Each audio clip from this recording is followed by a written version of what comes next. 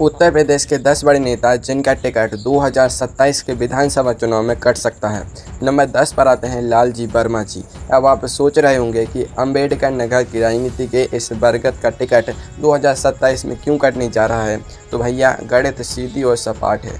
2024 के लोकसभा चुनाव में लालजी वर्मा जी ने ऐसा दांव चला कि सीधे दिल्ली का टिकट कटा लिया और अंबेडकर नगर से सांसद बन गए। कटेहरी विधानसभा सीट से इस्तीफा देकर जब साहब संसद भवन की बड़ी कुर्सी पर विराजमान हो चुके हैं तो 2027 में लखनऊ की छोटी कुर्सी के लिए पर्चा भरने का तो कोई तुक ही नहीं बनता।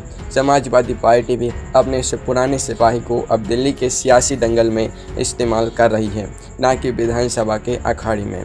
जब एक बार दिल्ली का चस्का लग जाए ना तो फिर लखनऊ की विधायकी का मुंह अपने आप छूट जाता है।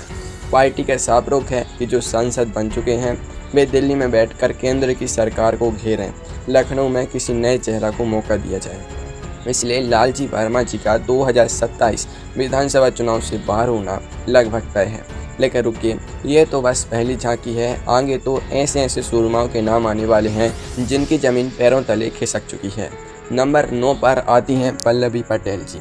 2022 के विधानसभा चुनाव में सिराधू की हॉट सीट पर डिप्टी सीएम को हराकर रातों रात स्टार बनी पल्लवी पटेल जी का 2027 का गणित पूरी तरह से उलझ चुका है।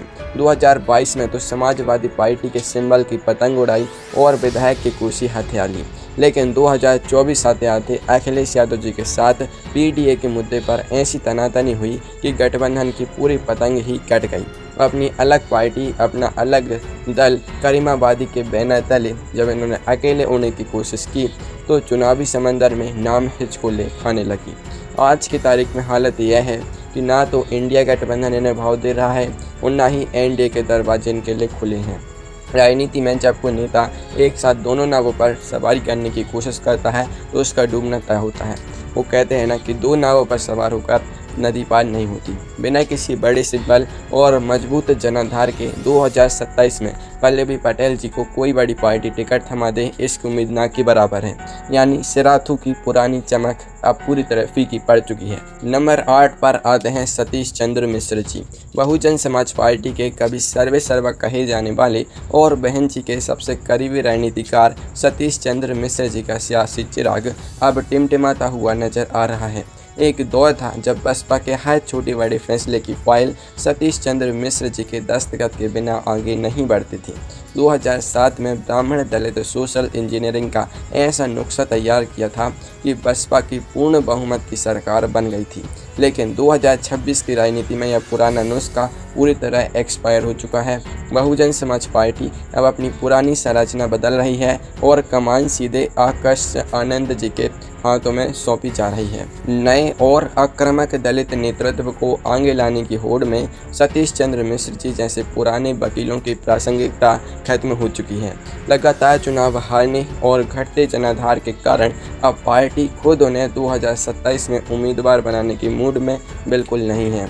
हाथी की सवारी का वो पुराना दौर अब इतिहास के पन्नों में दर्ज हो चुका है। नंबर 7 पर आते हैं अभय सिंह जी। गोसाईगंज के बाहुबली विधायक अभय सिंह जी ने 2024 के राज्यसभा चुनाव में जो राजनीतिक दांव चला था वह अब उनके गले की फांस बन चुका है।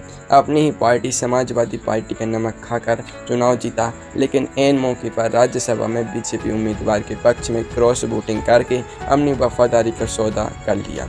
लगा था कि सत्ता के करीब जाकर 2027 की सीट पक्की हो जाएगी, लेकिन राजनीति के विषाद पर यह चाल उल्टी पड़ गई। सपा ने तो अपने दरवाजे इनके लिए हमेशा के लिए बंद कर दिए हैं। वहां से तो दोबारा टिकट मिलने की गुंजाइश जीरो है। अब रही बात बीजेपी की, तो अयोध्या और गोसाईगंज के स्थानीय बीजेपी कार्यकर्ता किसी बागी को अपनी पकी पकाई सीट देने की मूड में बिल्कुल नहीं है। बाहरी नेताओं को बीजेपी का सिंबल दिलाना इतना आसान नहीं होता, खासकर तब जब स्थानीय संगठन में विरोध की बयार बह रही हो।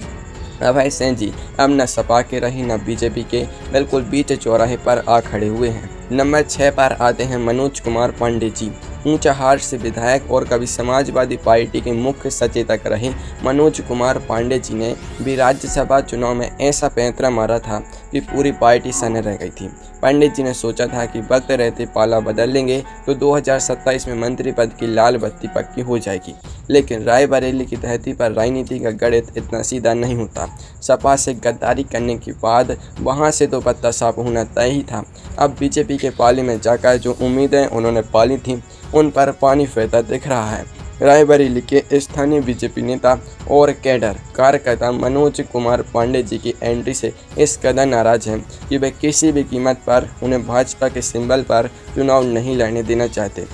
2026 में हुई सीक्रेट सर्वे में भी यह बात साफ हो चुकी है कि आयातित नेताओं को टिकट देने से पार्टी को भारी नुकसान हो सकता है। एक गलत चाल ने विधायक जी का पूरा सियासी करियर दांव पर लगा दिया है। नंबर 5 पर आते हैं सूर्य प्रताप शाही जी। यूपी सरकार में कृषि मंत्री और पथादेवा सीट के दिग्गज बीजेपी नेता सूर्य प्रताप शाही जी का नाम इस लिस्ट में देखकर कई लोगों को झटका लग सकता है, लेकिन बीजेपी की अंदरूनी राजनीति का सच यही है। 2027 के चुनाव के लिए बीजेपी ने जो 75 साल की उम्र सीमा का अलिखित नियम बनाया है, उसकी सबसे बड़ी गाज सूर्य प्रताप शाही जी पर गिरने वाली है। इसके साथ ही 2026 में कराए गए 3 स्तरीय गुप्त सर्वे रिपोर्ट में पथादेवा क्षेत्र में भारी एंटी इनकम्बेंसी की बात सामने आई है। पार्टी का स्पष्ट मानना है कि अगर देवरिया और आसपास के इलाके में नए और युवा चेहरे को आगे नहीं लाया गया तो सपा इस असंतोष का पूरा फायदा उठा सकती है। बीजेपी की नई जनरेशन वाली नीति में बाबा दादा उम्र के नेताओं को चुनावी मैदान से हटाकर संगठन या मार्गदर्शक मंडल में भेजने का प्लान तैयार हो चुका है। यानी मंत्री जी की कुर्सी और टिकट दोनों पर इस बार लाल पेन चलना तय है। नंबर 4 पर आते हैं रमापति शास्त्री जी। गोंडा की मनकापुर सीट से विधायक और यूपी विधानसभा के पूर्व अध्यक्ष रमापति शास्त्री जी बीजेपी के सबसे वयोवृद्ध और वफादार नेताओं में गिने जाते हैं। लेकिन आज की बीजेपी वफादारी से ज़्यादा चुनावी जीत के मार्जिन और उम्र के गणित को तरजीह देती है। रमापति शास्त्री जी 75 वर्ष का आंकड़ा काफ़ी पहले पार कर चुके हैं और सेहत के तकाजे भी अब उन्हें चुनावी भागदौड़ की इजाज़त नहीं देते। 2027 के विधानसभा चुनाव में पार्टी की नीति बहुत साफ है। 75 पार वाले नेताओं को चुनाव न लड़ाकर नए कार्यकर्ताओं को मौका दिया जाए ताकि क्षेत्र में ताजगी बनी रहे। मनकापुर में बीजेपी के कई युवा दावेदार पिछले 2 साल से अपनी गोटियां सेट करने में लगे हैं। संघ के आंतरिक फीडबैक में भी चेहरा बदलने की जोरदार सिफारिश की गई है। ऐसे में शास्त्री जी को सम्मानपूर्वक किनारे करके नए प्रत्याशी को सिंबल थमाना पार्टी के लिए अब केवल औपचारिकता मात्र रह गया है। नंबर 3 पर आते हैं सुरेश कुमार खन्ना जी। शाहजहांपुर से लगातार 9 बार के विधायक बनकर इतिहास रचने वाले यूपी के वित्त मंत्री सुरेश कुमार खन्ना जी का नाम इस लिस्ट का सबसे बड़ा धमाका है। लगातार 9 बार जीतना कोई छोटी बात नहीं है, लेकिन यही रिकॉर्ड अब उनके खिलाफ सबसे बड़ा हथियार बन चुका है। शाहजहांपुर में लगातार 35 से 40 सालों में एक ही चेहरे को देखते देखते जनता में एक अजीब तरह की ऊब और एंटी इनकम्बेंसी पैदा हो चुकी है। इसके अलावा सुरेश खन्ना जी भी 75 साल की उम्र सीमा के घेरे में आ चुके हैं। 2026 में बीजेपी के सीक्रेट सर्वे ने यह साफ कर दिया है कि अगर शाहजहांपुर का किला बचाना है तो चेहरा बदलना ही पड़ेगा। पार्टी अब खन्ना जी को किसी राज्य का राज्यपाल बनाकर या संगठन में कोई बड़ा पद देकर एक सम्मानजनक रिटायरमेंट देने की तैयारी में है।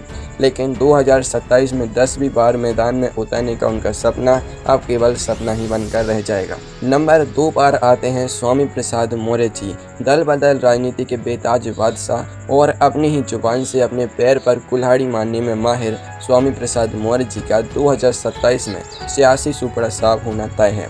कभी बसपा में रहकर दलित पिछड़ा राजनीति का मलाईदार फायदा उठाया, फिर हवा का रुख देखकर 2017 में बीजेपी में घुसे और मंत्री पद का मजा लिया। 2022 के चुनाव से ठीक पहले सपा का दामन थामा, लेकिन जनता ने फाजिल नगर से ऐसी पटखनी दिया कि विधानसभा की सीढ़ियां चढ़ना तक नसीब नहीं हुआ। इसके बाद रामचरितमानस और सनातन धर्म पर विवादित टिप्पणियां करके सपा की चुनावी लुटिया डुबोने का इन्होंने काम किया। तंग आकर अखिलेश यादव जी ने इन्हें पार्टी से ही बाहर का रास्ता दिखा दिया। अब अपनी नई नवेली राष्ट्रीय शोषित समाज पार्टी बनाकर घूम रहे स्वामी जी का 2024 के चुनाव में जो हश्र हुआ, उसने साफ कर दिया कि अब ना तो एनडीए ने पूछेगा और ना ही इंडिया गठबंधन। बिना किसी बड़े सिंबल के 2027 में इनका टिकट करना क्या, दुकान पूरी तरह बंद होना तय है। नंबर 1 पर आते हैं सबसे बड़े, सबसे कद्दावर और सबसे चौंकाने वाले नेता अखिलेश यादव जी। जी हाँ, समाजवादी पार्टी के राष्ट्रीय अध्यक्ष और पूर्व मुख्यमंत्री अखिलेश यादव जी खुद 2027 का विधानसभा चुनाव प्रत्याशी के रूप में नहीं लड़ेंगे। अब आप कहेंगे कि पार्टी के सबसे मुख्य चेहरा ही अगर चुनाव नहीं लड़ेगा तो फिर कौन लड़ेगा? तो भैया इसके पीछे की क्रोनोलॉजी समझिए। 2024 के लोकसभा चुनाव में कन्नौज सीट से जीतकर अखिलेश यादव जी दिल्ली की संसद में सांसद बन चुके हैं और संसद में सपा के नेता भी हैं। 2027 में उनका मुख्य लक्ष्य खुद विधायक बनकर किसी एक सीट पर फंसना नहीं, बल्कि पूरे उत्तर प्रदेश की 403 विधानसभा सीटों पर तूफानी दौरा करके सपा की सरकार बनवाना है। करहल सीट से इस्तीफा देने के बाद अखिलेश यादव जी ने यह साफ कर दिया है कि वे 2027 में प्रत्याशी बनकर नहीं, बल्कि पार्टी के कप्तान बनकर पूरे उत्तर प्रदेश में घूम घूम कर चुनाव लड़ पाएंगे।